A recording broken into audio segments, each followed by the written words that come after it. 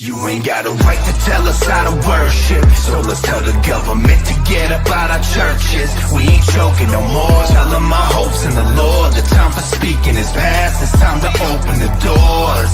You ain't got no right to tell us how to worship, so let's tell the government to get up out our service. We ain't joking no more, telling my hopes in the Lord. The time for speaking is past, so let's reopen the doors.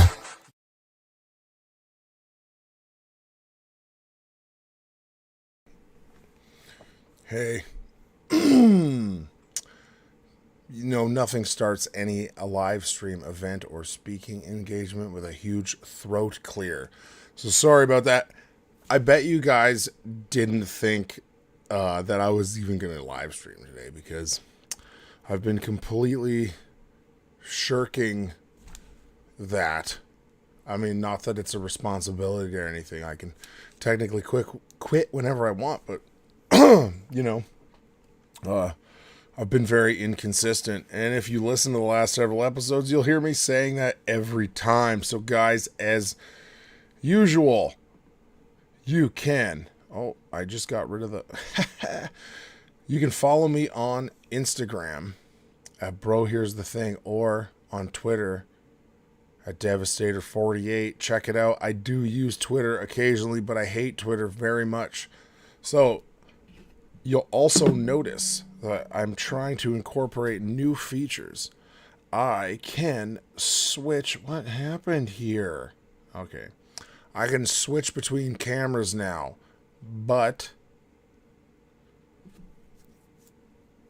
it might not go that well. So you guys can see I can bring up both cameras at the same time, which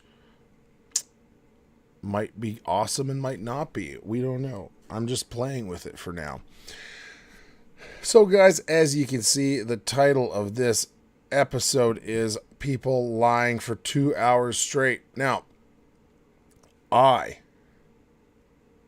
have missed out on some stuff, but we are going to take a look at Pierre Poilievre, or however you pronounce his name, roasting Justin Trudeau, and then we're going to get into a debate that just came up today, where I guess global news exposed that Pierre Poilievre is a misogynist, and you won't believe the tag that's generating such outrage from the left.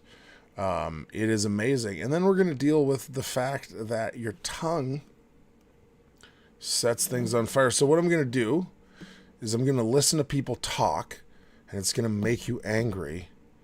And then we're going to talk about how you don't need to be angry, okay? So, fair warning.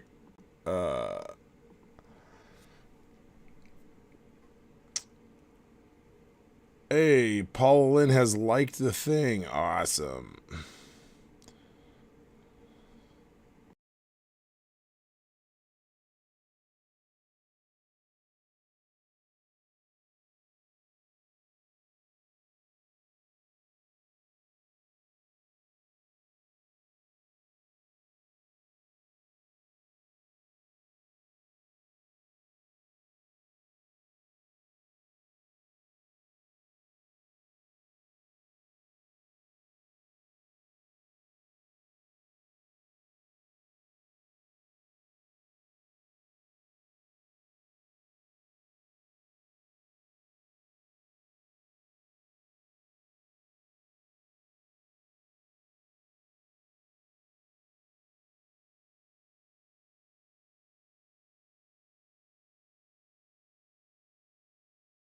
Who would bet their own money on gateway casinos?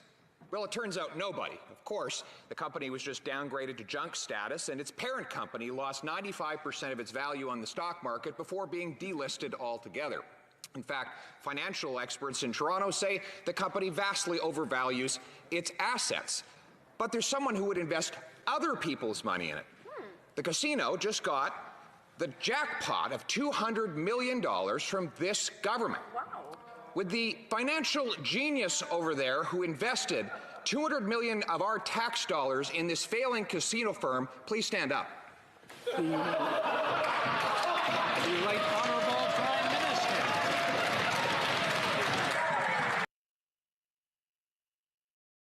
If it were not for global... Who would bet their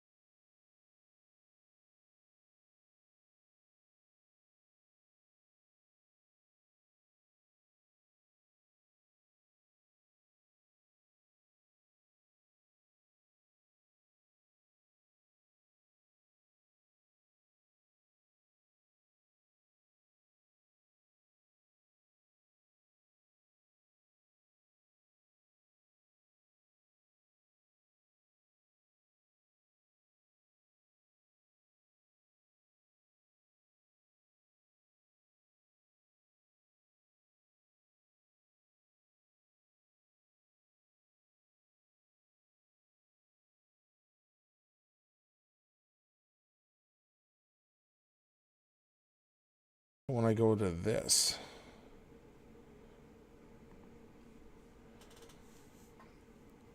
Is that working now?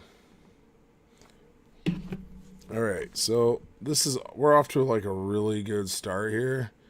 Okay. So my audio is working on this, but not, oh man, that is so dumb. Okay. I'm getting rid of that one. So that's so weird. I assume, so I could just do this, like, whatever, I guess. It's not what I wanted to do, but that's okay. I can switch between cameras in different ways. So, thankfully, it's not a dead... People are trying to help me behind the scenes. And,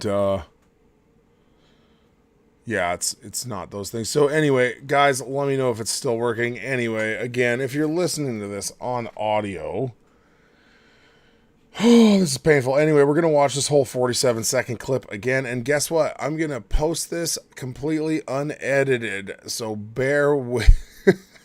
I hope people make it through that initial thing. But I'm replaying this. So let's listen to Buddy again here.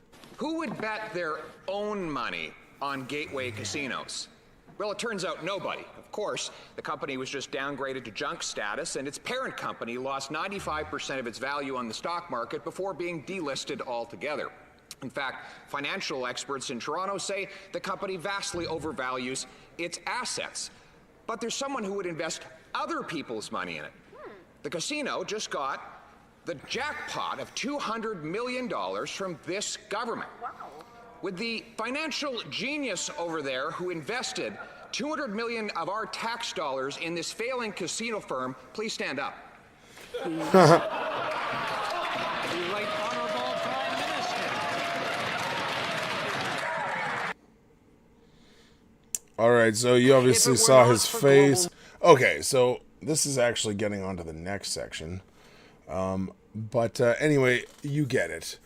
Our money's being invested in businesses that suck and they don't work. Now, I did read a CBC article. Take that how you want to. But I read the CBC article about it. And basically, this casino company is saying that he's got a bunch of his facts wrong and stuff. And I don't know. But I just really like the clip.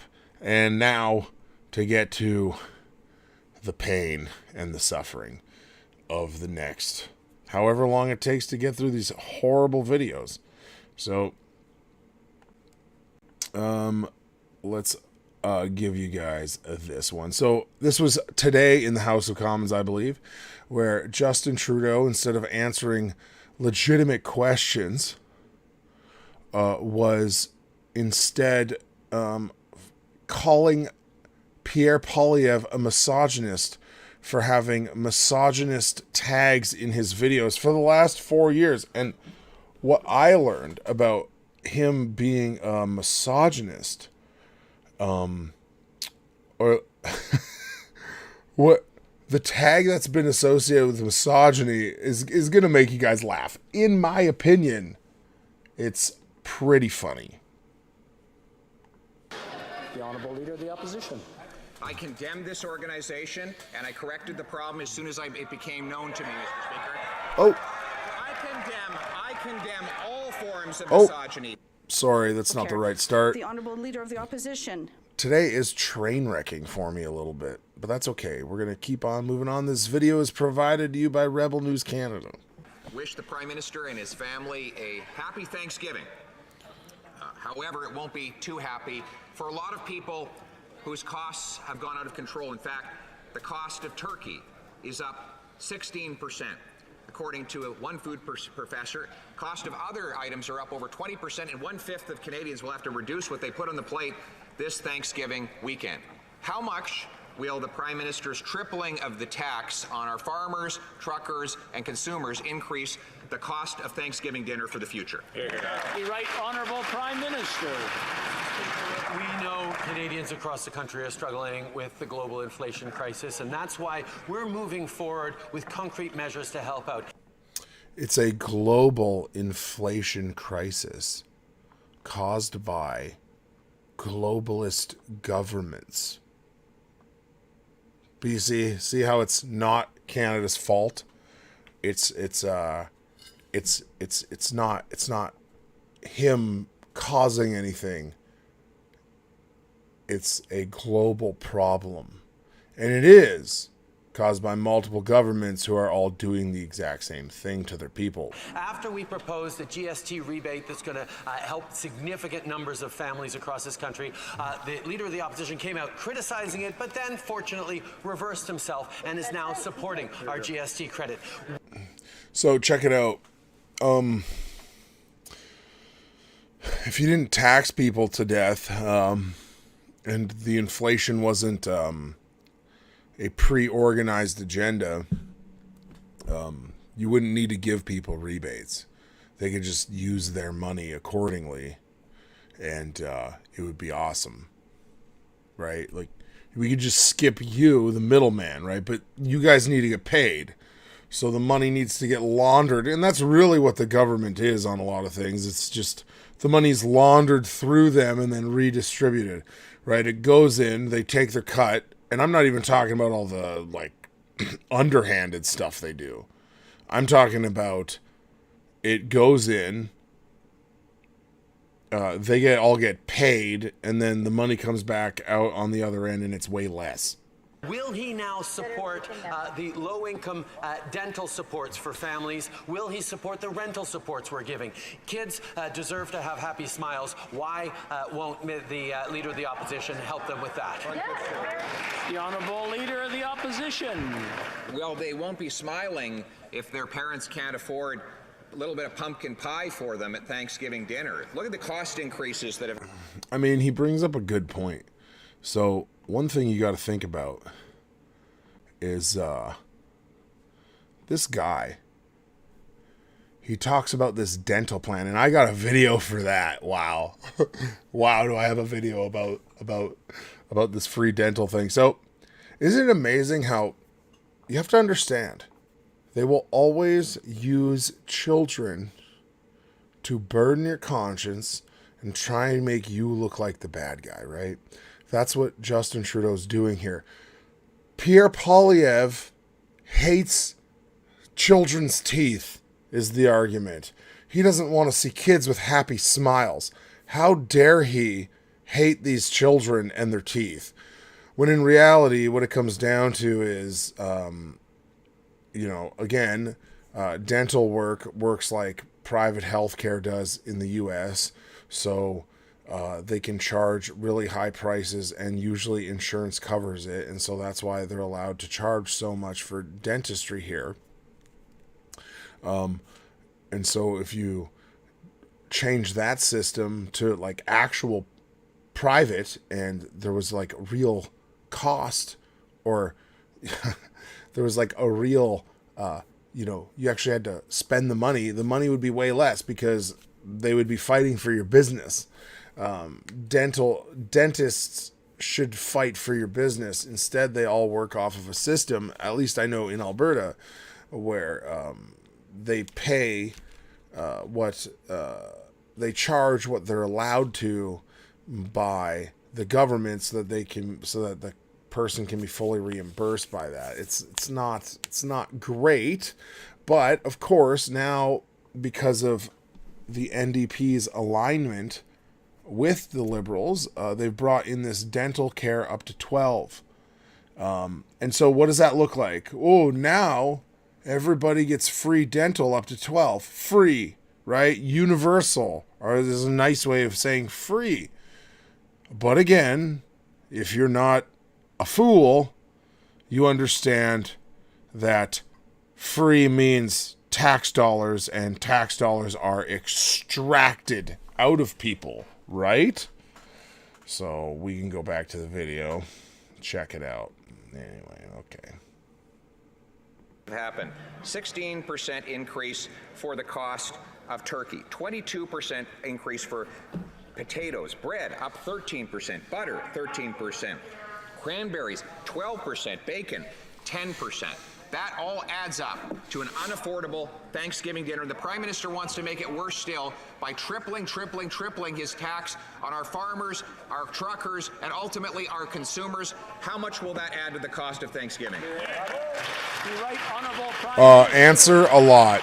Speaker, he wants to help Canadians, but he will not stand with low-income Canadians who want to give their kids better smiles. But there is another important issue that on Canadians' minds. You know what's amazing is that, and this is not a slight against anyone who's just not making it. That's how I've felt lately.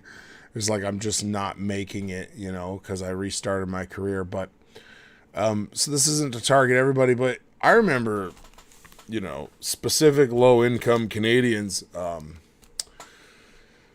giving their kids like Kool-Aid packets to eat when I was growing up. Right, and like giving their kids juice in a bottle and just pop when they're very small, and so that's really common in a lot of low income communities.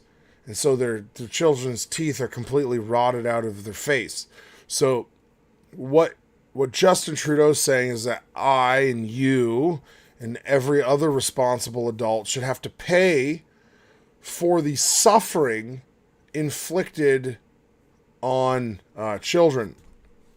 I'll tell you what, I'll make you a deal. I will gladly be taxed for all this dental work on these neglected children, because let's be serious, that's what a whole bunch of them are. Let's deal with this issue with neglected children.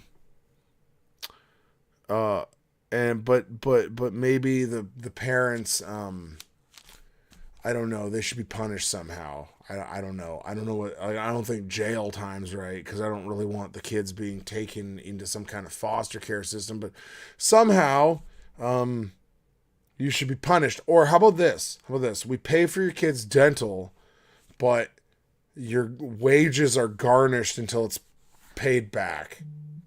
So how's that? It's like you're getting a loan instead. I like that. And then maybe if you had to pay back the money you got, you would make sure that you looked after your kids' teeth better. I mean, that could be a thing, right? I don't know. Check it out. Almost every job on the planet offers a dental program, right? So think about this. I work for a company where I get no paid vacation. I get the hours that I make. That's it. Now. And it's fair, technically, right? And they still have benefits. And they're pretty good.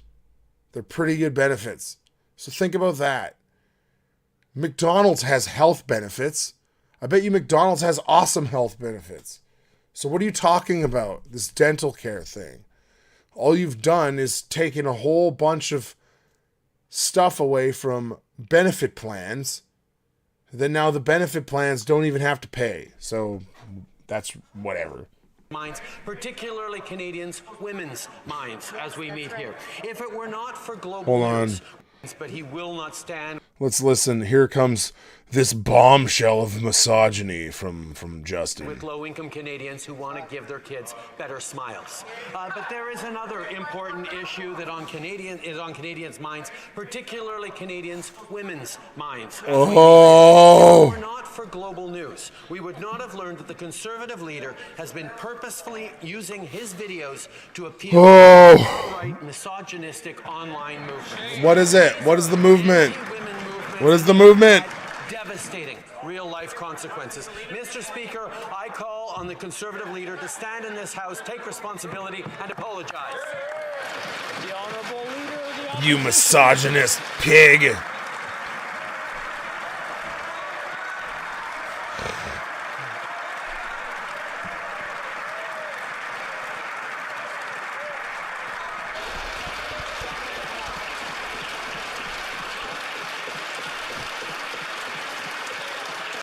Yeah, David says kettle calling the kettle calling the pot black.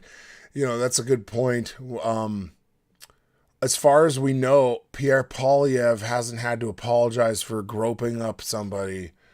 Sorry if you have kids listening, I apologize. But essentially molesting someone and then, having to be like, oh, she remembers the events differently. And really, like, only half apologizing, and he's, like, sorry that she feels that way. I don't think Pierre Poilievre has any of that. Pierre is pushing the right buttons. That is true. So, I do like this. I like it a lot. I'm gonna show you what this far right group is in a minute. But not yet. We're going to keep listening to this video.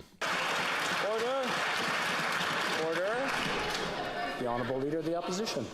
I condemned this organization, and I corrected the problem as soon as it became known to me, Mr. Speaker.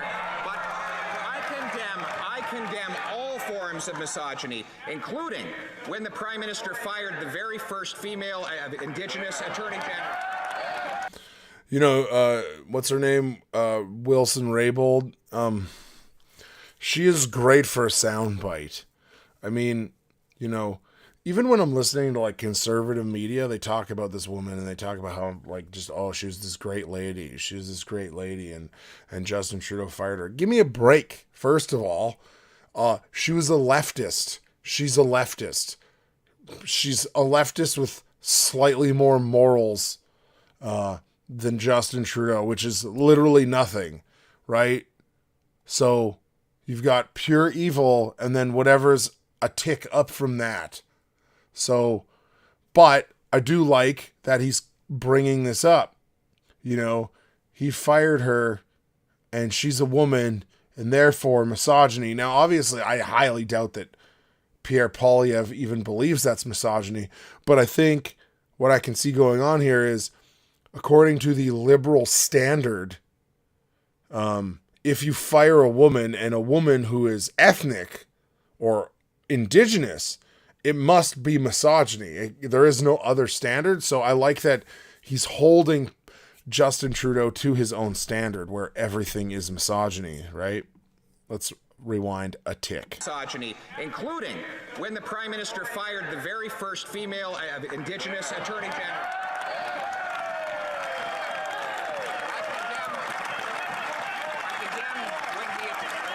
When he mistreated minority young women in his own caucus who had to leave politics, and I condemn him for when he dressed up in racist costumes. Yeah! Always, Mr. Speaker.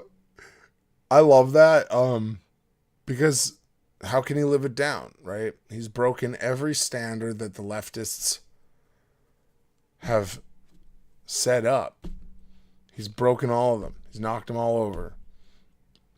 And he goes after a couple other things there. I'm going to rewind again so that we can hear it. But, I wonder if they're not allowed or, it didn't go to court. And so maybe he could be, maybe something aggressive could be done to him. I don't know, maybe they could take legal action if he brought up the girl that was assaulted by Justin Trudeau. I don't know. But he doesn't bring it up. But he brings up all the other terrible things Justin Trudeau's done. When he mistreated minority young women in his own caucus who had to leave politics, and I condemn him for when he dressed up in racist costumes so many times he forgot them all. We condemn it always, Mr. Speaker. Boom! The Right Honourable Prime Minister. Mr. Speaker, the choice made by the Conservative leader. Extremist online groups. Man. Bring in anti-women, misogynistic groups for his own political gain is one that he will have to answer for. I can't wait. Across this country want I to can't know wait to show you. He allowed this to happen and want to see him take responsibility for it. The Honourable Leader of the Opposition. I took responsibility and corrected it as soon as it became known to me. But the Prime Minister does not take responsibility for the extremism that he has funded. He funded... And that's true. Whether you believe this group is far right or whatever, or this tag is far right, as soon as it was implicated that it was far right, he immediately went and deleted it. And so, what's funny is Justin Trudeau essentially asks him a question. And before going on, Pierre Poilievre, that one's a joke. He answers the question. He did, in fact, answer the question. Now, whether you like the answer or not, or you think he's being a coward, I don't, that's irrelevant to me. The point is that he actually answered the question, and that is one thing you will never see from the other side. A vicious anti-Semite to spread hatred online with taxpayers' dollars. He repeatedly, in fact... Guys, also fun fact, if you like this video, you know what happens? Your name shows up on the screen. And also, if you go into my description, there is a donate feature. If you'd like to help me out or send me a tip, You can do that, and I believe that also gets your name to pop up, and sometimes it dings and scares me because there's a massive delay in it, and I think I'm the only one that can hear it, so it's just me reacting to a dinging sound that no one else can hear, and it's horrifying. So anyway, I'll rewind a second, and here we go. With taxpayers' dollars. He repeatedly, in fact, so many times he can't even keep track, dressed up in racist costumes, for which he has not ever come fully to account. And he drove many women of his own caucus out of the party and out of Parliament altogether with his mistreatment of them. We condemn all of that behavior. We condemn misogyny always and everywhere. And we ask the Prime Minister to finally do the same. Yeah!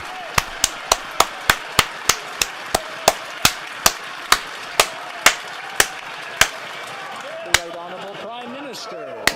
Mr. Speaker, we have all seen the effective campaign that the Leader of the Opposition ran to become leader, using online videos, using ways of reaching out through social media. We all marveled at his admiration of old wood. What we didn't see was that every time he put out the... I don't understand the old wood comment. I don't know what that's referencing. I don't watch enough of Pierre's stuff to know what he's even talking about. Now the Speaker of the House is going to tell everybody to chill out.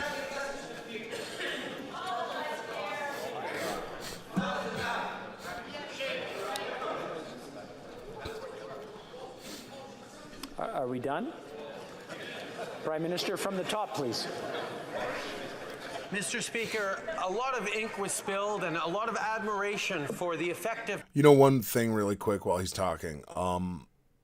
You know, I remember the Speaker of the House used to stop and admonish the Conservatives and tell them to keep it down, be civil, we have rules, and now it's just like, are we done? And I mean, I feel for the guy a little bit, even though he's one of them. They really do just keep yelling, but also, I can understand the outrage. Of the Leader of the Opposition's campaign to become leader, using social media, using clever videos. We all marveled at his admiration for old wood. But what we didn't see, Mr. Speaker, was his choice to include deliberate reaches out to far-right organizations, including hateful anti-women organizations, to try and advance his own political gains. He has played too close to the line with extremists for too long. Now he's got caught. Will he admit it? Will he apologize? Will he take responsibility? Hateful anti-woman organizations. Hey, where's your wife, man? Sir, sorry, I don't want to be disrespectful. Where's your wife, Justin? That's what we want to know. That's what I want to know. I mean, it'd be good to know where she is, right? So we could talk about that. But guys, do I have more? Oh yes. Oh no, what did I just close? Wow, man. I'm having a day. I think I'm good. Okay, so I found a global short on YouTube where she's going to explain to us what happened here, and I can't make it any bigger than it's going to be, so I'll make it as big as I can. And I also can't rewind it because it's a short. It's like a TikTok video or an Instagram reel. You can't rewind it, so bear with me if we miss something. Hey, it's Laura. How you doing? You should go to the I hope you're going to the conference in Ontario. I really do. That'd be awesome. Okay. Let's bring it up. Let's bring it on over. All right. Let's check it out. Okay, so we're going to find out what the evil tag is. Pierre Poilievre's official YouTube videos included a hidden tag appealing to online misogynistic movements, ones that Canada's intelligence agencies view as a danger. Here's what you need to know. A Global News analysis of 50 of Poilievre's most recent YouTube videos showed that they included a hidden tag used by misogynistic online What is it? What is it? What is it? movements. The tag is the acronym for, quote, men going their own way. It's a mostly online movement comprised of anti-feminists that try to completely cut women out of their lives. Okay, so check it out. Men going their own way, or MGTOW, is the far-right group that Justin Trudeau is saying that Pierre Poilievre was catering to. Now, I don't know if you guys know what MGTOW is, but like she said, it means men going their own way. Now, listen to what she just said. It's men who are anti-feminists who are trying to cut women out of their lives completely. Sorry, I keep looking at the other camera. I'm not used to this. So, think about that. These men.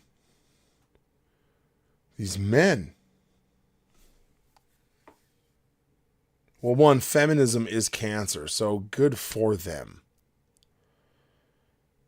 Okay, hold on. I just gotta post this comment.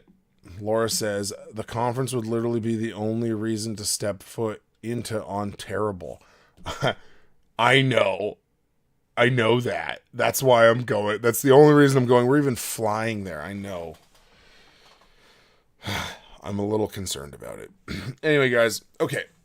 So, MGTOW is a group of sad and lonely people. And I'm not saying that to insult them.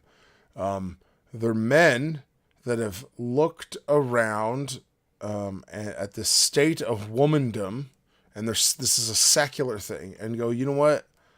I don't want any part of this anyway. I'm tagging out. I don't want to be in a relationship. I'm just going to live life by myself. And it's a direct response to feminism, yes. And so they are far right and misogynist because they don't want to be with women that hate them, is basically what's happening. I've watched some incel content as well. And, the incels, which means involuntary celibate, they think that MGTOWs are incels in denial. So that's really the big debate that we should be having in the House of Commons, but we're not going to get to. Are MGTOWs incels in denial? That's the big question you got to ask yourself, right? So, and I would lean to the yes on that. You can debate me. You can debate me in the comments if you want. MGTOWs are incels that are in denial. Oh, I'm lagging a little. But anyway, okay, guys. Let's keep listening to this drivel. According to the Southern Poverty Law Center, the movement overlaps with more aggressive forms of, quote, male supremacy. And we know that the Southern Poverty Law Center is the bastion of truth and justice we all need. That is sarcasm. It is not those things. It is terrible. In hours of Global News sending a detailed list of questions to Poilievre's office, the tag disappeared. Poilievre's office said the conservative... Yeah, because if he thinks it's connected to far-right stuff, he's going to get rid of it, which is what anyone would do if they think it's bad and they didn't know. That's pretty fair. Now, I don't know what the man knows. I'm just saying that's what he's saying, and it seems reasonable. And plus, MGTOWs aren't even scary anyway. In fact, they're the opposite of scary. They just basically want to be left alone now. That's what they want. Leader was unaware embedded tags existed, so he didn't know they were used for uploads to his YouTube channel over the last 4.5 years. And they said Poilievre condemns, quote, misogyny and all forms of online hate. You can read the full story at globalnews.ca. Conservative leader Pierre Poilievre's official YouTube videos included a hidden tag appealing to online misogynistic movements, ones that Canada's intelligence agencies view as a danger. Here's what you need to know. A Global News analysis of 50 of Poilievre's most recent YouTube videos showed that they included a hidden tag used by misogynistic online movements. The tag is the acronym for, quote, men going their own way. So you get the point. Sorry, I got distracted there, guys. I'm just texting my live feed, or I'm just texting during my live feed, because we are getting word that there are some election results coming in, and we might try to watch that together. I don't know. That might be fun, don't you think? Maybe. Anyway, guys, okay, so there's this guy, and his name is Brittle Star, and you may have seen some of his videos in the past. We're going to go through some of them because basically what I want to do is irritate you. I want to make your lives miserable. And I had to watch multiple of his videos, and so I believe that you should also have to suffer. I am looking at the live coverage right now. All right, and I think Cliff is going to text me when they start talking about what the election results are, and we can switch to that for a bit, and then we can all be sad or happy together, but there really is no good option, so who cares? And Cliff just confirmed via text message that he will confirm when they're doing it. So, guys, we're going to keep going with the Brittle Star stuff. You may have seen some of his videos, and you may have thought that he was innocuous or kind of funny and, oh, he's kind of Canadian. You may have seen the meme or gif of him eating ketchup chips looking out the window because he's looking at America and it's a dumpster fire because Trump's the president, right? So, but, you know, he does things like explaining things to Americans and this kind of stuff, right? Someone asked who I voted for, so this is probably going to disappoint some people, but I am so jaded towards politics right now and the UCP party that I didn't even vote because I fully expect it to be, one, a landslide for Danielle Smith, so I didn't even think there's a point. Two, I just couldn't give them any of my money. I couldn't do it. I love you, Todd Loewen. I'm sorry. But I couldn't do it, man. Todd Loewen is one of the candidates, and he'd be the one that I respect as a human, basically. So, yeah, I voted for nobody. I don't know. I just couldn't do it. I just couldn't. I don't even know what I'm going to do for the provincial election. I really don't know. But anyway, okay. So, there's that. Yes. Okay. So there's this guy named Brittle Star, and I just want to give you a taste of some of his content because it's really bad. And it seems like sometimes he gets paid by the government, and his videos really have like a really official kind of like Canadian edited look to them. It's very Canadian. And if you're American watching this, perhaps you'll understand what I mean when you look at this, but this is how painful this video is. This video is him talking about wokeism and kind of mocking the fact that you would be worried about it. And also, so we're clear, this is published less than a month ago, and he's I guess making fun of the fact that wokeism either doesn't exist or it's not a problem. But this is the level of content, just as a taste. Are you concerned about getting the woke? Are you worried that getting the woke means having to give up your beer koozies, cargo shorts, and lawn care? Relax. Now, there's a solution. Think about that. So this is a big thing this guy does, and in the name of being funny, he is obfuscated. It's like, okay, so here's the problem with the left. Humor is funny, okay, right? Things are funny when they're based on facts, right? And you distort them to make them humorous, right? So I have a funny, like I will make my wife laugh to the point where she's silent laughing and can't breathe when I explain what her being in labor is like. She thinks it's hilarious because she knows it's true. She remembers it.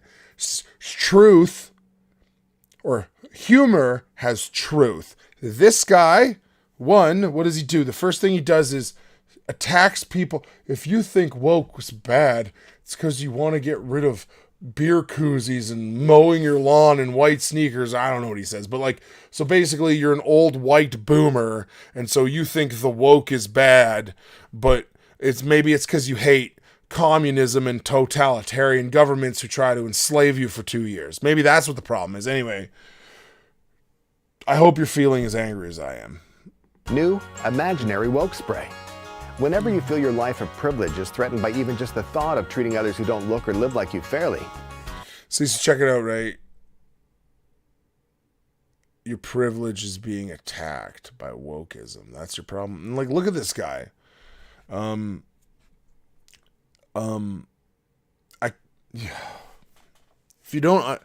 you're listening to this on audio, he's like an older white gentleman, and to me, when I watch him explain wokeism, it's like a leftist college professor who's also a boomer being condescending about something they don't know. They don't understand the implications of it. They don't understand what's actually like at stake, and it's just amazing. The projection in this video is unbelievable because he is the disillusioned, out of touch old white guy that he's making fun of, but just on the complete other spectrum. Simply spray the area with Imaginary Woke Spray. And voila, nothing will change for you at all. Order now and get a lifetime of refills. Imaginary Woke Spray. By the makers of Fair Shake and Fast Acting Don't Be a Jerk. Right, so think about this. We're at a point now. We're at a point where, oh man, it's really hard to get through. We're at a point where you can make this kind of content and still think that what you're doing makes sense, right? Like you think that you're the good guy in this situation. Also, check this out. Rather than just making fun of him, let's address a real problem. So he says right in there, wokeism doesn't change anything for you at all. Oh, okay. So that was like the argument for gay marriage, right? That was like, these people having a better life or getting what they want doesn't affect you at all. Until it's drag queens over-sexualizing your children and having them sit on your lap at story time, right? It doesn't change my life until I'm literally being taxed into oblivion and the government of Canada is covering mastectomies on 15-year-old girls, right? It doesn't affect me. You're literally stealing my money to mutilate children's genitals, right? Sorry, not genitals technically, female chest tissue, right? We want to be careful with our language, I guess, right? But it doesn't affect my life, right? Wokeism literally has gotten us to the point where my kid can go behind my back, go to a clinic of some sort, and start taking testosterone or estrogen, opposite, and puberty blockers, which is the drug that they use to chemically castrate pedophiles, right? They can all go get that without telling me about it, right? So wokeism does affect my life. This man is a liar and he obfuscates things and he does it in the name of humor, right? He's appealing to a very specific group of people. But it's very deceptive because he's saying it like it's humor, but he's actually really, really aggressively attacking you and misrepresenting you. That's what he's doing. This is, and when you look at him and when you actually watch his stuff, he's really one of the most hate-filled people I've seen on YouTube. He does it all with a smile on his face because that's funny, but he is vicious and stupid, right? So that's a problem. Anyway, we're going to keep going with his content because I got another one for you guys. You're really going to like this one. I promise. I'm not lying this time. It's really good. Okay. This is about the dental thing that we were talking about earlier, that Justin Trudeau was talking about earlier. And if you don't understand what happened, basically the NDP agreed to side with the Liberals on every issue if they got them this dental up to 12 thing. Thank you for joining. I have a message from the Government of Canada regarding the agreement between the Liberals and the NDP that will see the Liberal government stay in power until 2025.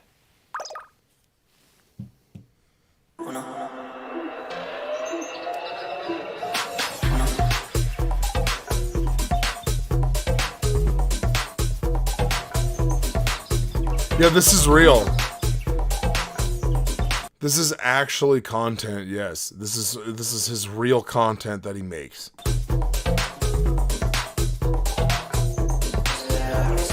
You get free dental. You get free dental. Maybe some free drugs. Woo! No questions.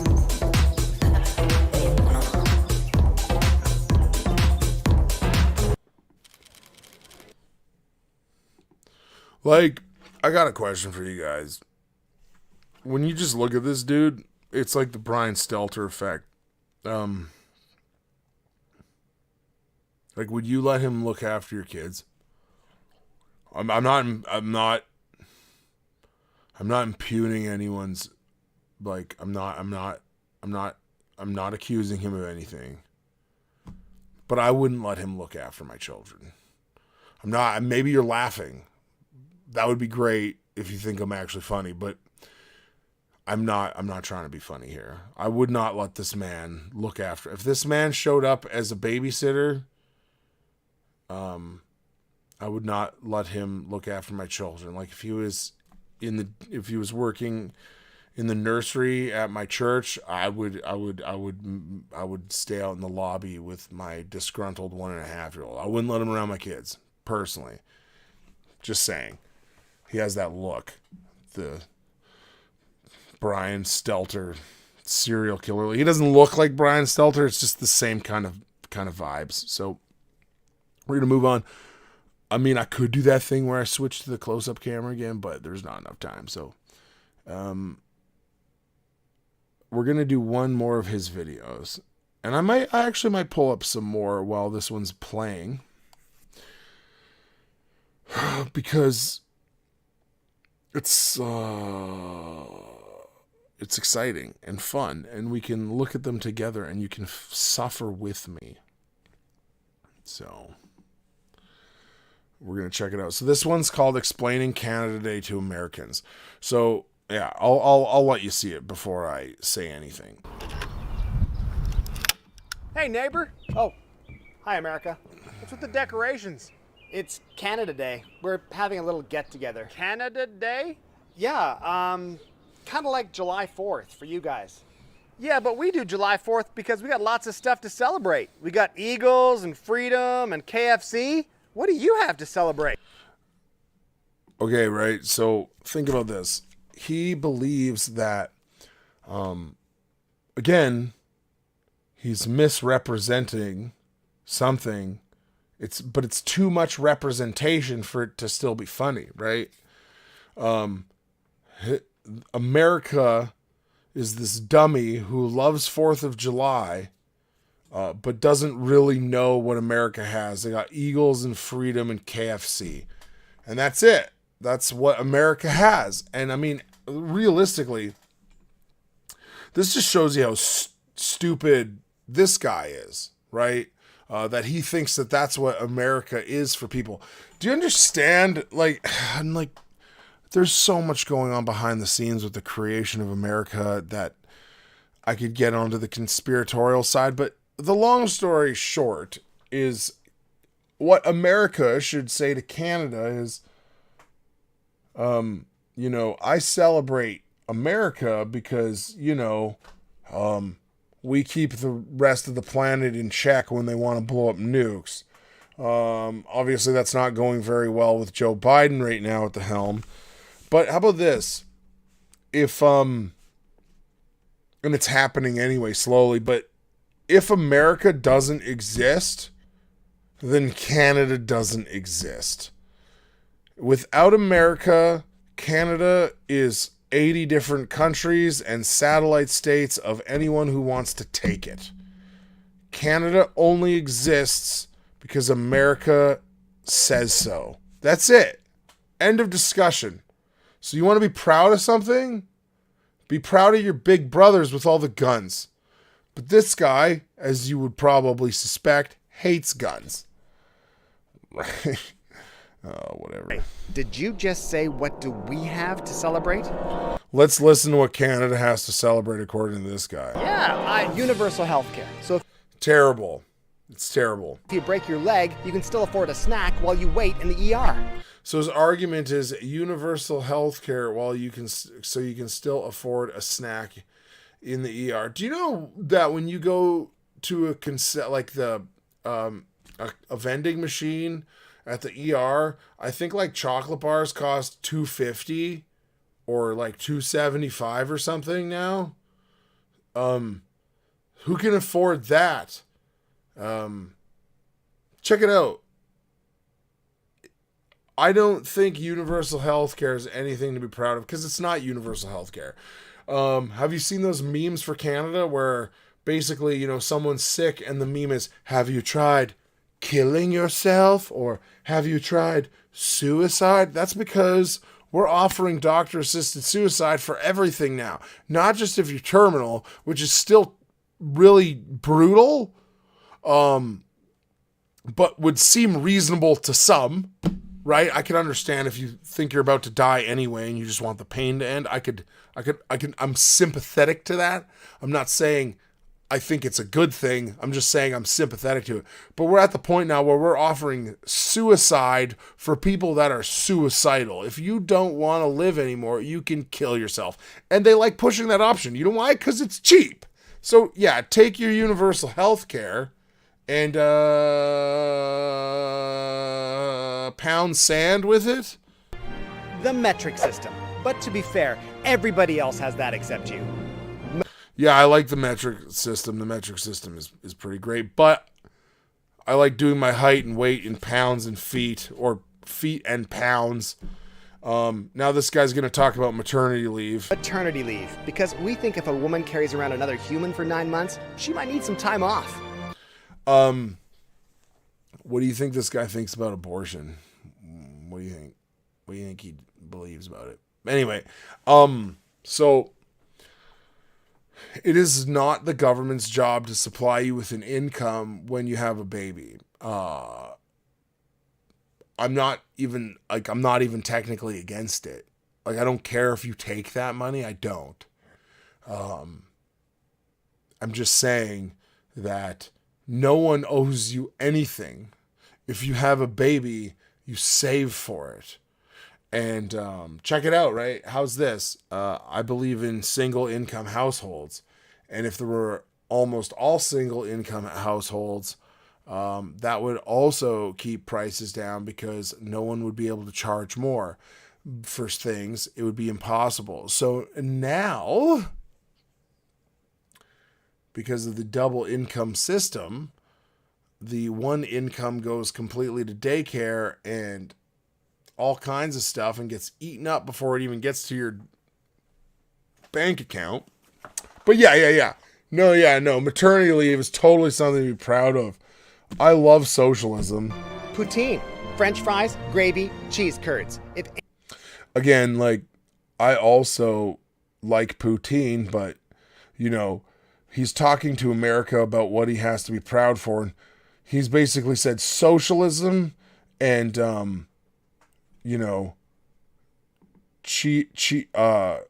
French fries, gravy, and cheese curds. Like, that's what he's proud of. As a Canadian, you're proud of your socialism and this food dish. Curds. If Angels owned food trucks, they'd make poutine. Bagged milk. It's more environmentally friendly. Plus, it feels like you're holding a cold, wet baby. So that's not a Canadian thing. That's a Ontario thing, and it's totally stupid. And it's not environmentally friendly. I mean, on a leftist scale, it's not more environmentally friendly. Why? Because that bag gets thrown in the trash. In Alberta, the theory is that you return it to the bottle depot and then it gets turned into something useful again. So how is the bagged milk more environmentally friendly? I guess because, you have the pitcher. They have these milk pitchers that they use where they fill up they put when it's not open, I think what they do, I don't know.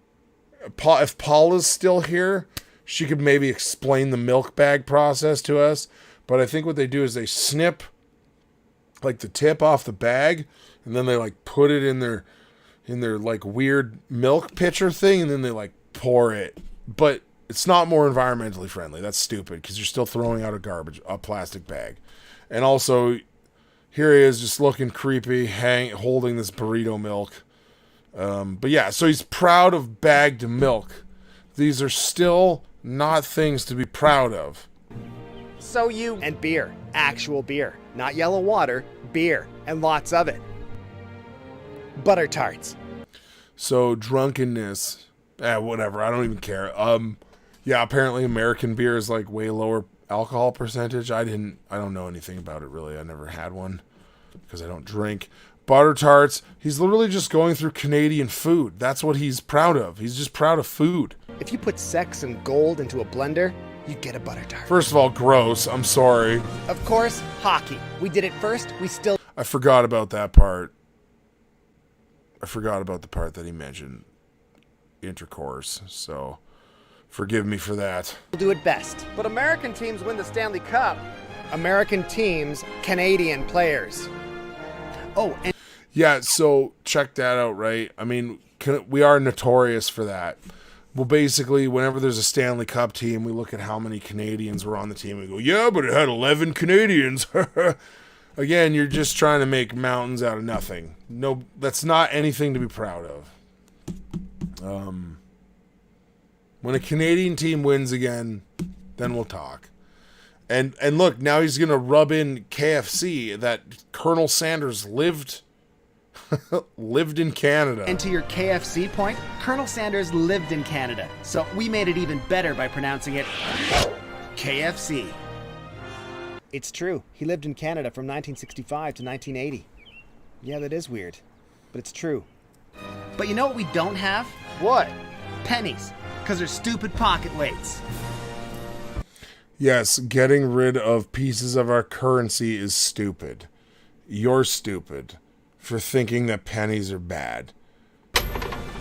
Y'all do have some stuff to celebrate, I guess. Yeah.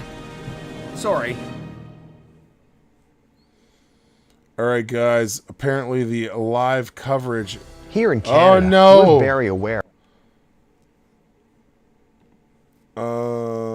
Apparently...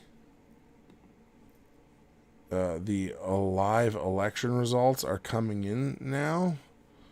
Is it on this? I'm sorry, I'm just looking at the website. I'm just hitting the old refresh.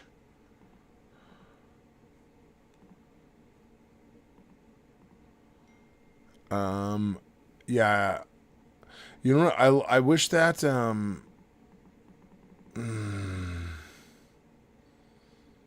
maybe if I go, oh, there we go. Oh, yeah, here we go. So there's still nothing. Oh, here we go. Hold on.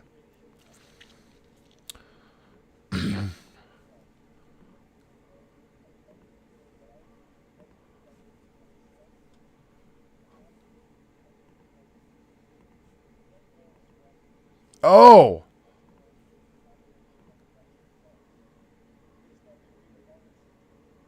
It's Facebook. There we go. The procedures we performed covered okay and security of the mail-in ballots, the verification process of the ballots, the in-person voting process, and finally, the process over the security, integrity, and logic of the tabulation software providing the election results. Thank you.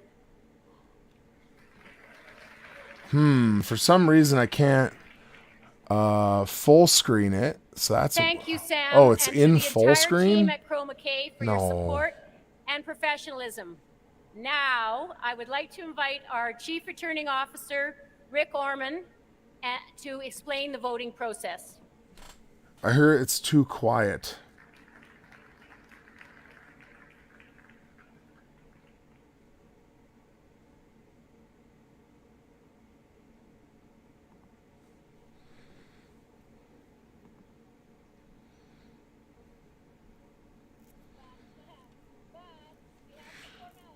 Okay, hold on.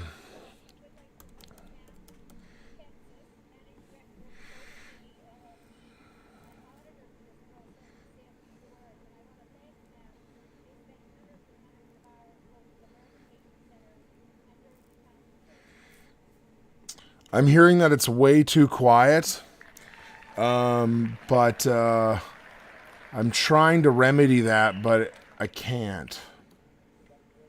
Welcome, ladies and gentlemen. My name is Rick Orman, and I'm the Chief Returning Officer. And our job is to oversee the leadership election and ensure compliance with all the rules and all the procedures. I was assisted in this task by 3 exceptional Deputy Returning Officers, Doug Caswell, Ken Bradley, and from Edmonton, Andy Travoy, and by 5 excellent in-person DROs, those that were in the remote sites, Ian Brody, Linda Lowe, Stephen Butt, Gail Langford, and Don Hubble.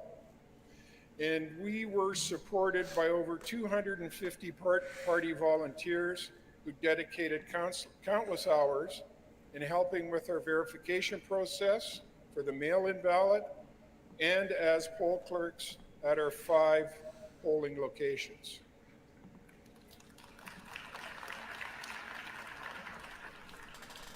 I'd like to thank all of these volunteers for their hard work and their loyalty to their party. And let me tell you, if anybody thinks this party is in trouble, they ought to come and talk to me, because I saw 2,000 hours of volunteer time to make this process work.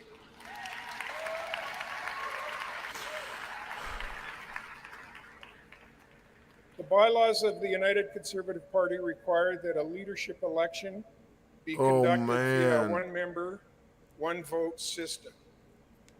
Unlike the federal party, we do not have a riding-by-riding weighted system. In Alberta, one membership means one vote, no matter where you live.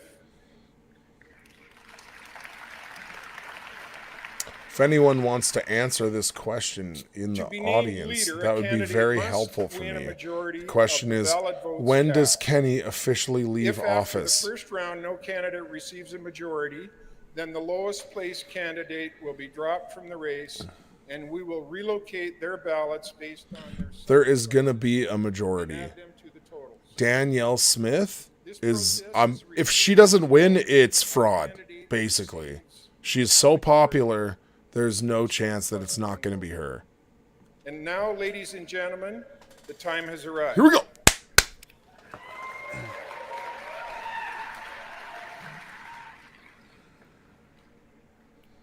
We have the results for the first ballot. No candidate has received a majority of the valid votes cast, so we will go to another ballot. Leela Ahir has dropped off from the race, and the next choice on those ballots will be redistributed to the other candidates.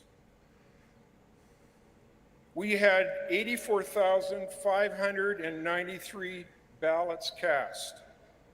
There's no way that there wasn't a And I majority. will read to you the percentage received by each candidate. Leela Ahir, 1.65%. Brian Jean, 10.99%. Todd Lowen, 7.68%. Rajan Sani, 2.11%. Hey, Todd Lone getting 6.8 is pretty good. 6.9%. Danielle Smith, 41.31%. Yeah. Travis Taves, 29.35%. You know what? Those are actually pretty accurate, I think, compared to polling. Those are the results of the first ballot. Those are very I'll be accurate back to polling. in 5 minutes with the redistributed numbers. Thank you. Oh, I see. Lone got 7.7. He actually did better than he was polled. I think they had him in the bottom 3, but I could be wrong about that. All right. I mean, that's interesting. Oh, no, we don't want that music. Okay. We're going to turn the volume down on this. We're going to keep it running. Oh, that's not what we wanted. You guys can't even see what I'm doing. Put up Cliff's comment.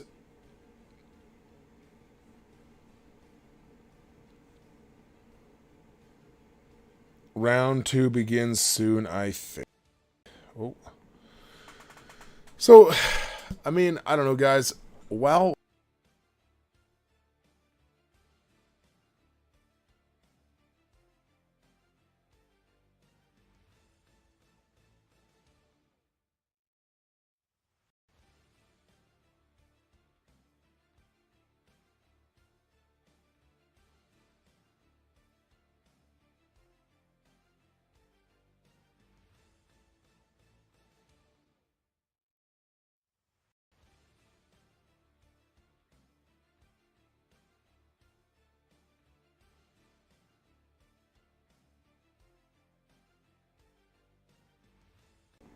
oh, sorry. I bet my sound was gone for a bit. My bad. Let's share another video while we're waiting. This one's called How to Fix the Problem with Mainstream Media. And it will make you very irritated. It is almost, I would call it nauseating. Maybe, I think. It's a really bad stuff. So, let's check it out. Wait, do I still have it up? Yeah, oh, there it is. Okay. So I'm going to mute that. I don't know if it was still playing on your guys' end. Are you tired of how mainstream media ignores the news stories you think are important? How it never seems to report the news that you want them to? Relax. Now, there's a solution. Actually consuming mainstream media. That's right. Just sit down and actually watch the TV news, listen to news radio, or even, and stay with me here, read it in a newspaper. This guy literally, like,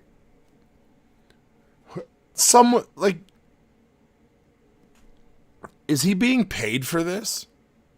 Right, because then I see these local news affiliates, and local media hosts, like, sharing this content, and I'm like, is it just bought and paid for by the media? Is that what it is? Put in the effort. That thing that you said mainstream media didn't even cover, they covered it yesterday, but you weren't watching. See, so check it out. I'm actually going to use this. I think we're going to do another whole thing on the hot take on this video sometime, because this is I'm going to teach you guys what gaslighting is. Oh, and the other thing has started again. So let's get that back up there. And, oh, nope. Oh, wait, what was I looking at? What? Where was that?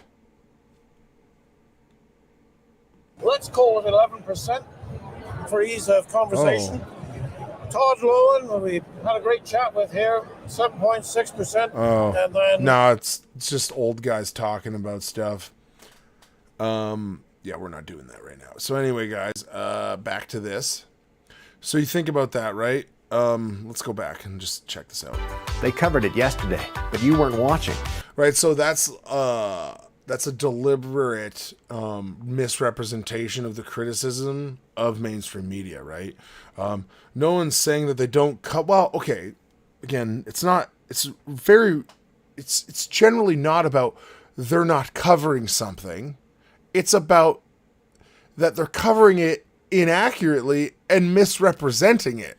Like COVID for 2 years, right? But you've got this guy here telling you that you're an idiot, and he's not even telling you, he's not even representing what your actual criticisms of mainstream media are, right? And then other people watch this, and he's just doing people on his side a disservice, because then they act like this is true and funny, and then they say this to conservatives or libertarians or whatever who think the mainstream media is fake, which it is, and then they look dumb because they don't actually have any arguments because they just listen to this guy. You are busy scrolling in an algorithmic bubble that makes every specific thing you're interested in the most important thing in the world, at least on your screen. Or in some cases, what you think is an important news story isn't even actual news. It can't be confirmed, or it's already been completely debunked. You might be confusing what you think is news with a social media post you saw somewhere by some rando. Anyone can make one of those. Look, I'm doing it right now. So relax. Mainstream media is not social media. And that's probably a good thing.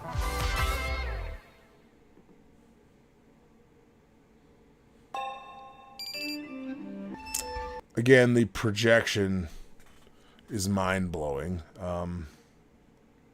Let's go back to this and see how these guys are doing.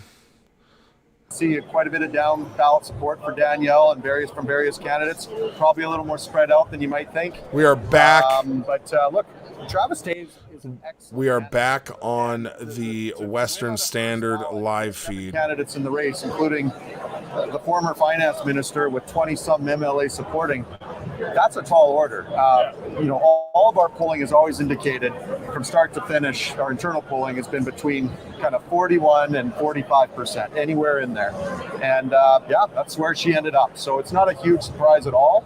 I think a lot of people were excited about the idea of a first ballot victory, but that's not really something the campaign was ever counting on. Well, where it is right now, just mathematically, it's going to take a good number of them to close that. The first two candidates, so Leela here drops off. Not a lot of votes to go around there. The second to drop off is almost certainly going to be Rajan Sani. Not a lot of votes there as well. And then by that point, it's possible Rebecca Scholes will then inch ahead of Todd Loewen. I really just can't see Ahir and Sani votes going in big numbers to Todd Loewen. It's just not very naturally congruent. Do you think it's going to take going down, assuming Gene stays in third, he's at around, 11% right now? 10.9. Pardon? 11%. Oh, yeah, okay, 11%. Do you think it's going to come down essentially to the final ballot where Gene's going to have to drop off? I could see that happening. Certainly, I would think it would be 5 or 6 ballots before this is decided. I'd be very surprised. I know coming into this, Danielle thought it was going to be a long night. No one in our campaign thought it was going to be a first ballot victory. Probably everyone's supporters think they're gonna do well, right? Better than maybe that they are. So, look, you got Travis Toews, excellent candidate. You have Rebecca Schultz, rising star in the party. Todd Loewen, one of the most. Also, I would say principled, ethical conservatives out there. Also, once it gets to Todd Loewen, I believe personally that all those number 2s for Todd Loewen are going to be Danielle Smith, and vice versa, right? Not that that's going to help Todd Loewen at all, but basically Todd Loewen, all his number 2s are Danielle Smith, almost guaranteed, I think. For Brian Jean? Yeah. Sentimental reasons. I don't know. I haven't seen the results yet, but I think people are a lot more complicated than. I think we're going to the. I'll keep going. We're complicated. I think people are. It's hard to just place them in one camp. You can't just say, because I supported Rebecca Schultz, I'll second ballot Travis Toews. People are complicated. They vote on different issues. You'll see a mix throughout, I think, including for Brian. We're going to break from our chat here for a moment and go to the floor stage of the Conservative Party's campaign. Okay, so more silence. Oh, here we go. Ladies and gentlemen, The first thing that I want to say is congratulations to all the candidates and all their supporters. If anybody knows the task of running in a leadership, and I know the commitment and the time and the hard work that goes into it, those people are very important to our party. And even though we will be dropping one candidate off at a time, we cannot forget the contribution that they've made to this process. I'm getting told to refresh, but God, this is so weird, man. The 124,000 memberships that we have in our party is to a large extent because of the hard work of the candidate, Okay, let's all do the that. candidates, and all their supporters. I now have the results for the second ballot. Here we go. No candidate has received a majority of valid votes cast, so we will go to another ballot. Oh my goodness. Oh yeah, I guess because Leela Ahir had no votes, so it doesn't Rajan affect Sani anything. will drop off with 2.66%. Thank you, Rajan, for your hard work.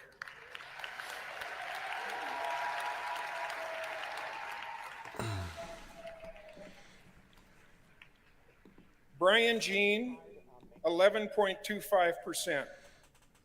Todd Lowen, 7.71%. Rebecca Schultz, 7.32%. Okay, Danielle Smith, 41.41%. Travis Taves, 29.66%. So I will go back, we'll redistribute the second choice ballots of Rajan Sani's, and we will then be back with those results. They've all been on one big multiple choice ballot. So not a lot went on there. You had Ahir's votes distributed.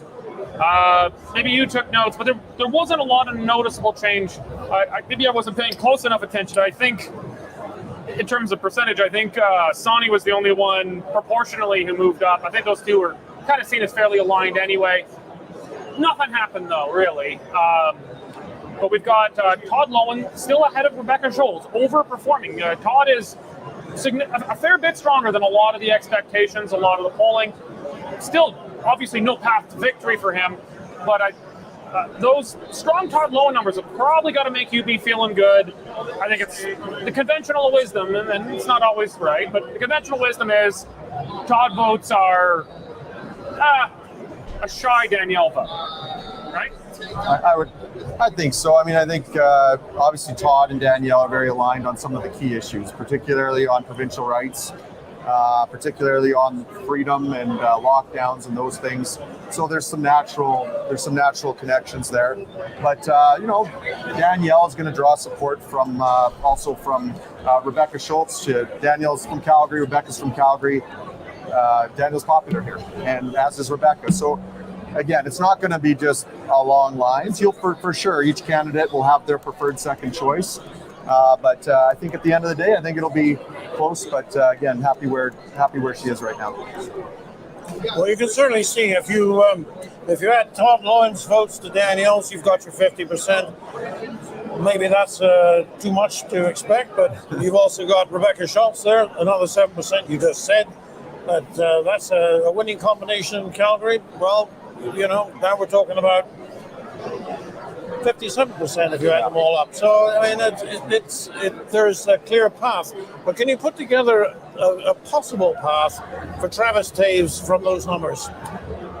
I mean, I'm sure it's always possible. Until you get 50, anything's possible, right? So, and the votes are cast, they'll be what they'll be. And he has run a strong campaign, raised a lot of money similar to us. He worked just as hard. All the candidates worked very hard. So I think if you did the math, I don't want to keep saying it, but it is true. Like basically right now, strong candidates, and especially right now you'd have to have a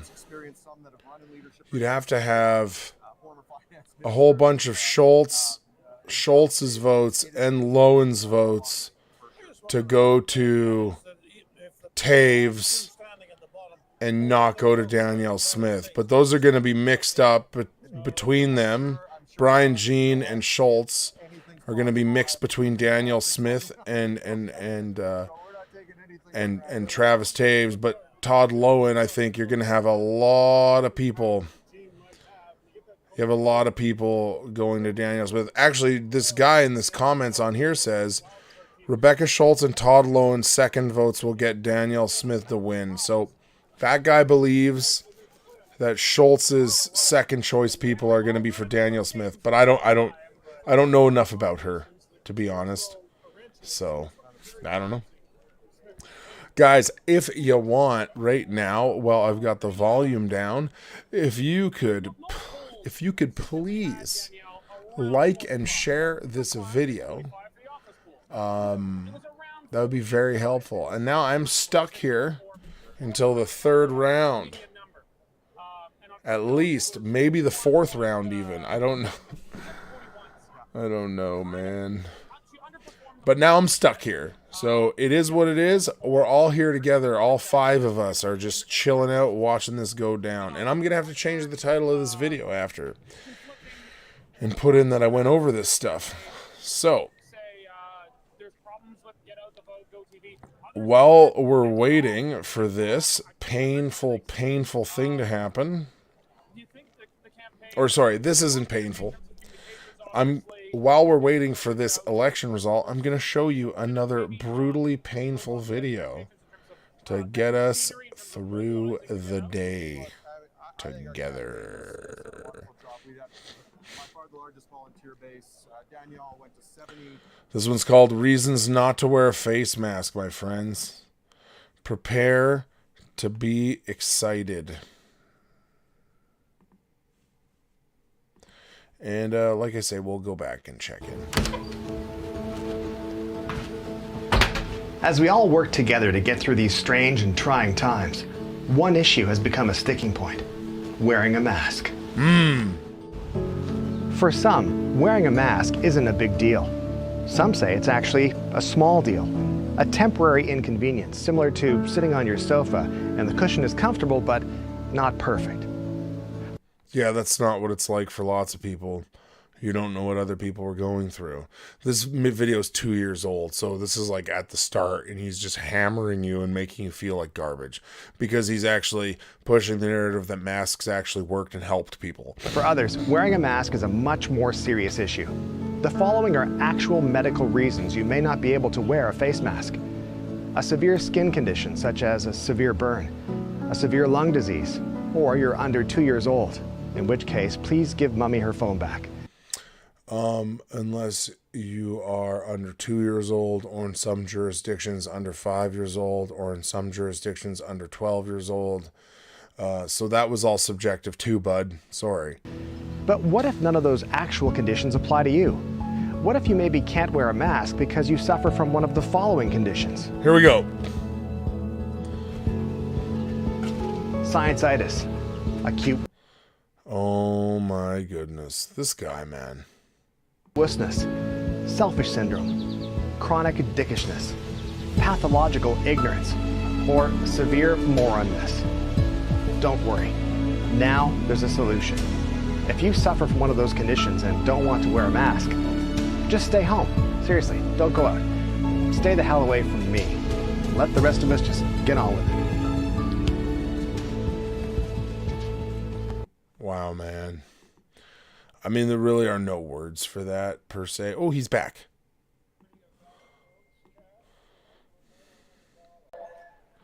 All right, we're back. Todd Loewen has dropped off from the race, and the next choices on those Todd ballots Loewen will be redistributed to the other candidates.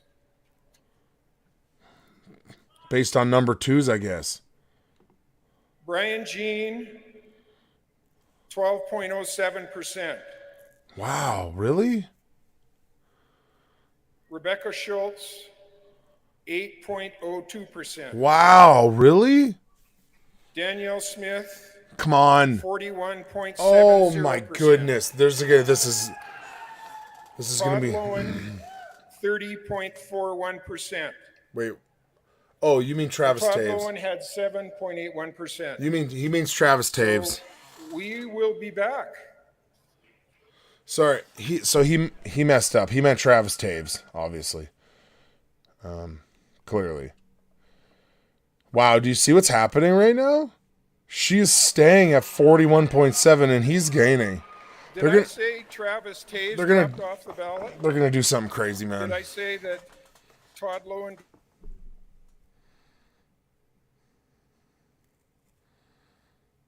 Oh, and now there's no audio.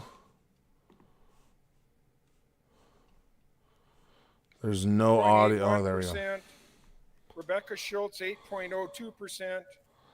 Danielle Smith, 41.70%. And Travis Taves, 30.41%. Sorry if there's any heart conditions out there. Oh, there's lots of heart conditions now, buddy. There are lots of heart conditions now.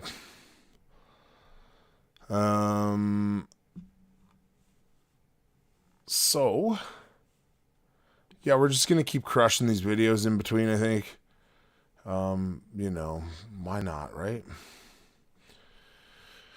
I don't know, what is the exact opposite, like, what is the inversion of funny?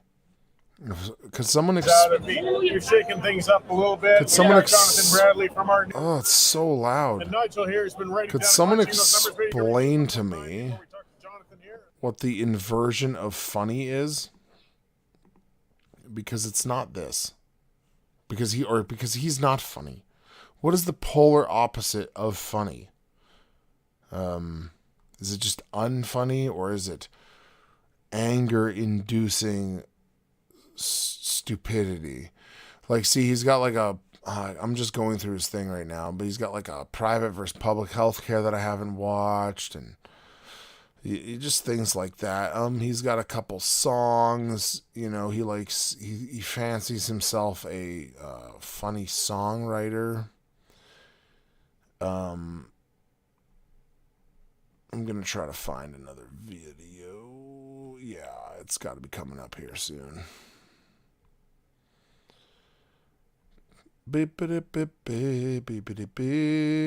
Yeah, here we go. So, why am I subjecting you to this? Why? Because I want you to suffer with me. That's why. Oh, wow. I'm having a time here. And I'm having the time of my life. Never felt this way before. I know I just sang on a live stream. Okay. Oh, hi. You're just the person I was looking for. Do you ever think about how some people complain about being told to do the right thing, but you know there's no way they do it on their own volition? Because doing the right thing was subjective and unprovable at the time, guy. Because you know he's still talking about COVID, right? Like that's all he talked about. You do? Well, I think I've got a song that might help. Do you ever wonder why they paint lines on the road? You'd think to any average idiot it'd be obvious on which side to go. So here's an objective standard. Crashing vehicles into people will kill them.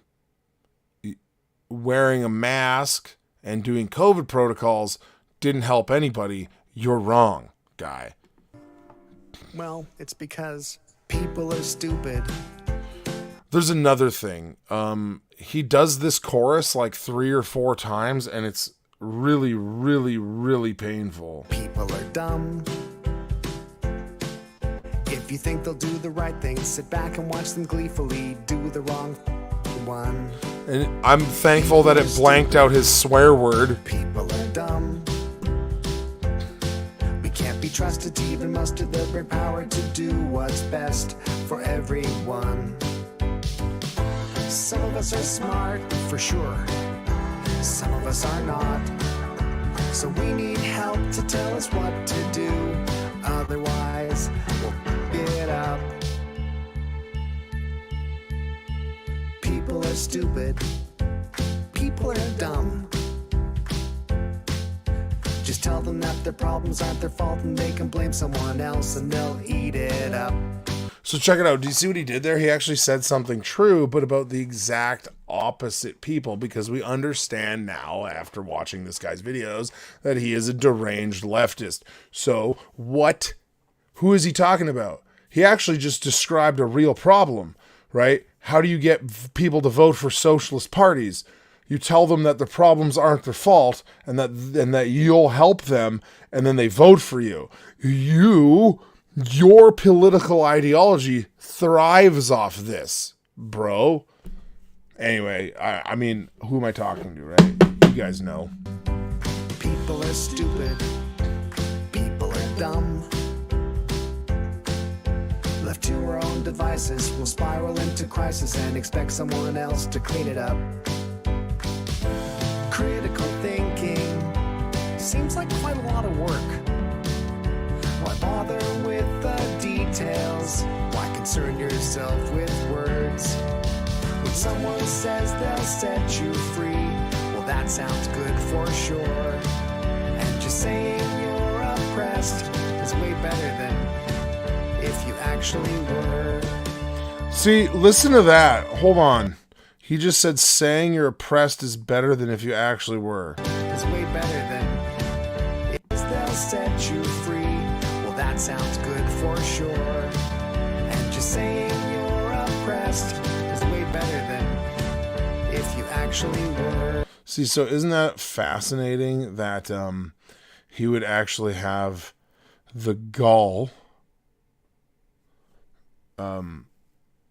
to say something like that, right?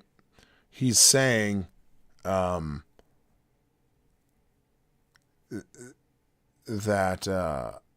just say you're oppressed and it'll work out, right? Or just say you're oppressed to get votes and to get attention. Well, that is exactly what the left does. And I guess we are starting again for all the people that have survived this far. So that's pretty fun. And we'll go back. Boom. Ladies and gentlemen, we have the results for the fourth ballot. All right. No candidate has received a majority of valid votes cast, so we will go to another ballot. This is full trash. Rebecca Schultz, with 8.37% of the vote, drops off the ballot.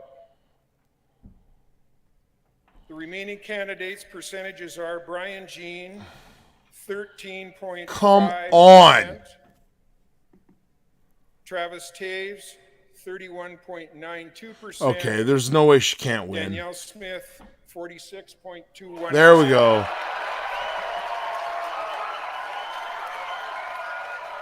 And like, why do I feel this like feeling of I want her to win? Because I don't know, man. Oh no. He could win. Can he? 44. If you add, oh my goodness, man. All right. Well, we're back from, what was that, the fourth round? Anyway. It's getting pretty exciting around. This is painful stuff. Let's finish our song here. Oh, I'm not playing it. You know what? Forget it. Let's just put these Comment, back. but Danielle Smith, the lion's share. Nigel, have you got the numbers for us? Yeah. Look, so, Something crazy is going to happen Danielle here. Smith, 46.2%. At the last go round, she was at 41. She only got needs. a 5% bump. She only needs 4%. Last round of choices. She only Travis needs Taves, half of Schultz's vote. In the loss, he was 30.4. So he picked up some when Tom Lowen dropped off. And Brian Jean moving very slowly, but it's not really. Look, 13.5%. It's not going to happen. And Rebecca Schultz is where right now? Rebecca Schultz is sitting at 8.4%. 8.4. So she drops off now. Now they're going to redistribute her votes. The conventional wisdom, which has been mostly right tonight, is that Taves will probably get the lion's share of that. Some to Jean, some to Smith, but by this point, there's a lot of dead ballots. There's going to be a lot of dead ballots coming into play. So percentages could change even where votes aren't moving around. So we're joined now by Michael Solberg. He is it partner at New West Public Affairs. Very experienced in Alberta politics and close to my heart. Yeah, so that's something to think about. If a bunch of those votes go to Travis Taves, it brings down Danielle Smith's percentage, right? That's what I just realized. Oh wow. I think by most people's accounts, nobody expected it to go 4 or 5 rounds, and we're obviously at 4, and we're trending further. I think Danielle will still pull this off at the end of the day, but the UCP membership certainly made it interesting, and we've seen some surprise performances, namely from Todd Loewen. I am doing commentary, Cliff. I had to go pee. Plus, they're not going to take down my video. It's like... the ballots haven't clearly decided a winner, and we're going to round 5.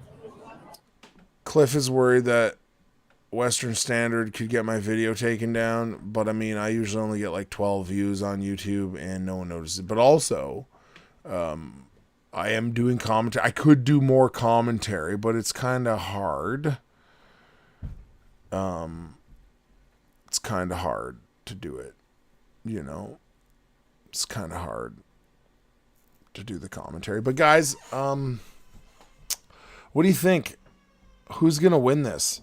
Does Travis Taves come back with a vengeance? Is that what's about to happen? Are we about to see the biggest scam ever? Is this like thousands of mail-in ballots, hundreds of thousands of mail-in ballots rolling into states at 2 o'clock in the morning when everybody goes to bed? Is that like this? Is it? We don't know. Let's find out. Are going to cast Danielle as second on that ballot. Keep in mind, we had Brad Wall supporting her, Ronna Ambrose supporting her. These are strong conservatives, and Danielle is a strong conservative, so I suspect that she may get more support. She is not a strong conservative. Not including the dead ballots, the dead votes. She is not a strong conservative. She is extremely left-wing on many issues. Do I like her better than Travis Taves? Absolutely, but that's not saying much. So that means we're going all the way to last ballot. Jean drops off. Yeah. And I mean, she doesn't need to win half of Jean's at that point. She's going to have to pick up a decent number, which is where she'll probably still win. Nigel. For sure. Your confidence has got to be shot. Both of you. You're going to get first ballot. This is a loser Your out guys' here. advice is useless. So for those people joining the program late, we thought that Danielle would take it on the first ballot. Foolishness. The wise old guy over here. Oh, we've got another one. All right, here we we're going go. to go to the floor right now. All right, guys. What happened? Are you ready for this? Are you ready? There's no sound. That's not my fault.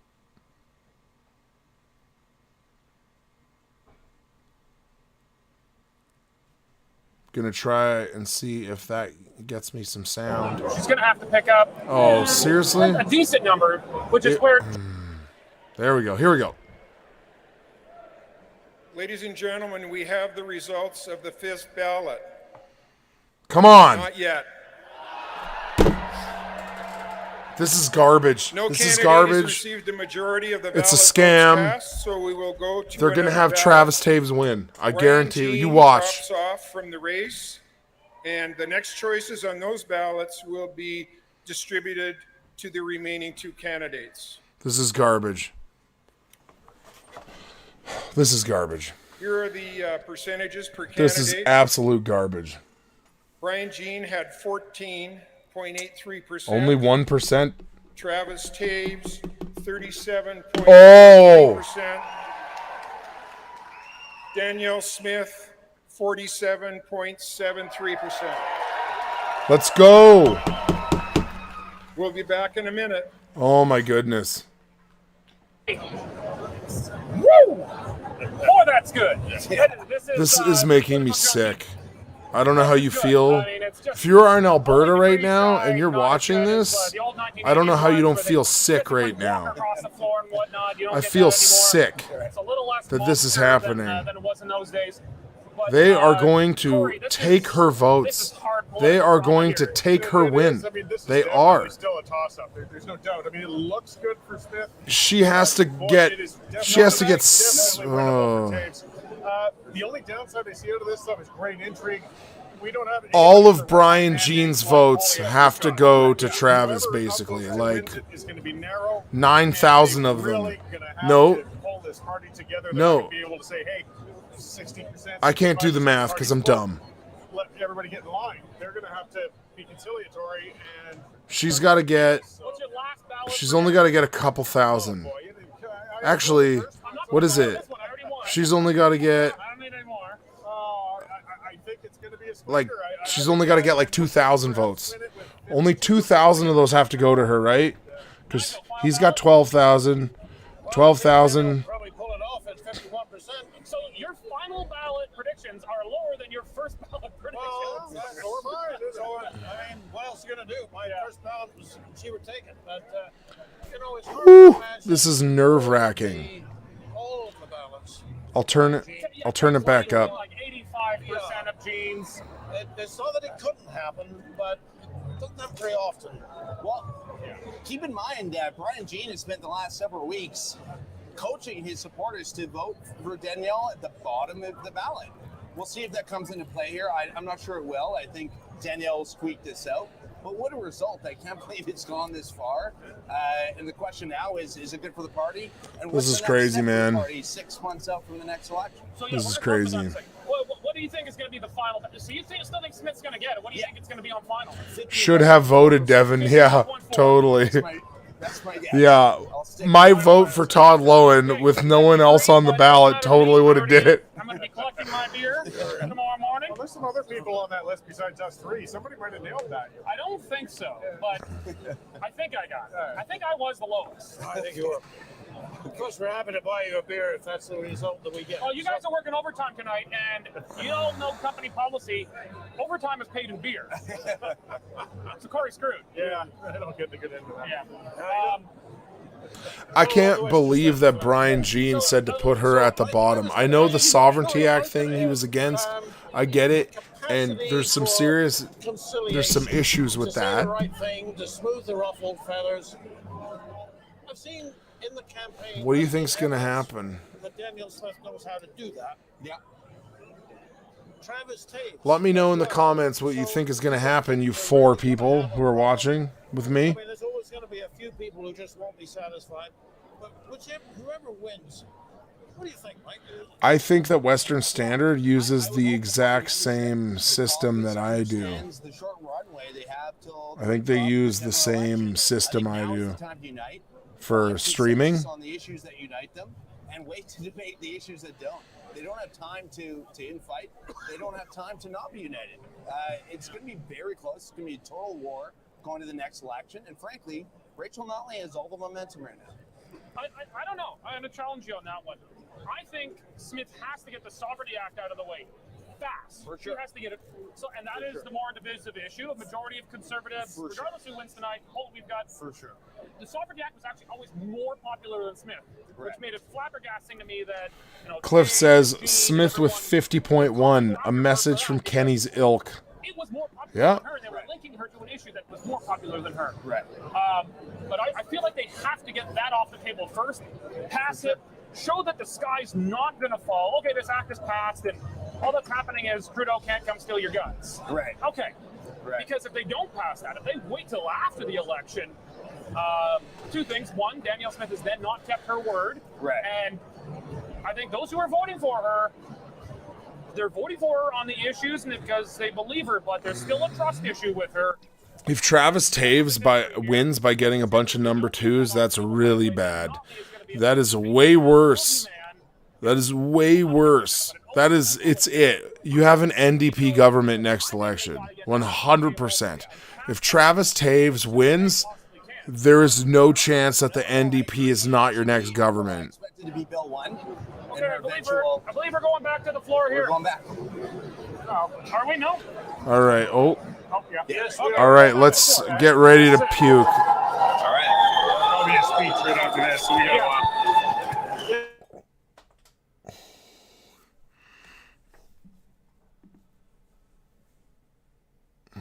Also, real quick, if you want to watch this video after to watch the speech, because I'm going to end the live stream once we know, I'm posting the link in the comments to the live stream. And so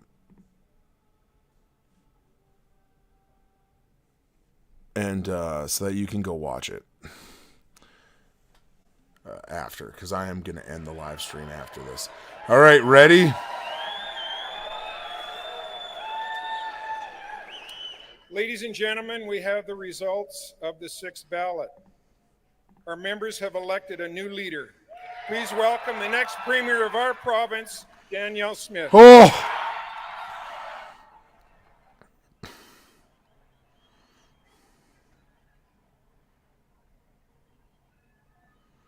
%53%. Okay.